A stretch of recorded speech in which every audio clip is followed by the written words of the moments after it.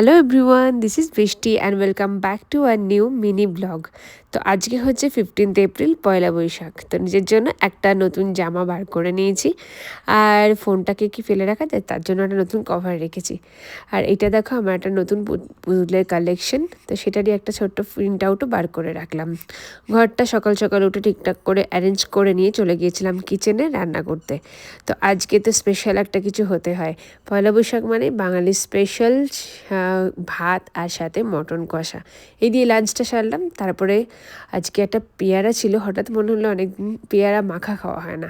এই পেয়ারা মাখাটা খেতে এত সুন্দর হয়েছিল, এটা আমি ডেফিনেটলি তোমাদের সঙ্গে এই রেসিপিটা অন্য একটা ব্লগে শেয়ার করব। তারপর বিকেলবেলায় একটু বেরিয়েছিলাম, তখন প্রায় সন্ধে হতে যাবে, এখন আমাদের অনেক দেরি করে সানসেট হচ্ছে। তো অলরেডি তখন 7টা বাজে। আমরা একটু বেরিয়েছিলাম ঘুরতে, কফি টফি খেলাম। খাওয়ার পর হঠাৎ মনে হলো আজকে একটু নিউ ইয়র্কের দিকে যাওয়া যাক। আমাদের বাড়ি থেকে প্রায় আধ ঘন্টা মতন লাগে যেতে। তখন অলরেডি অনেকটা রাত হয়ে গিয়েছিল।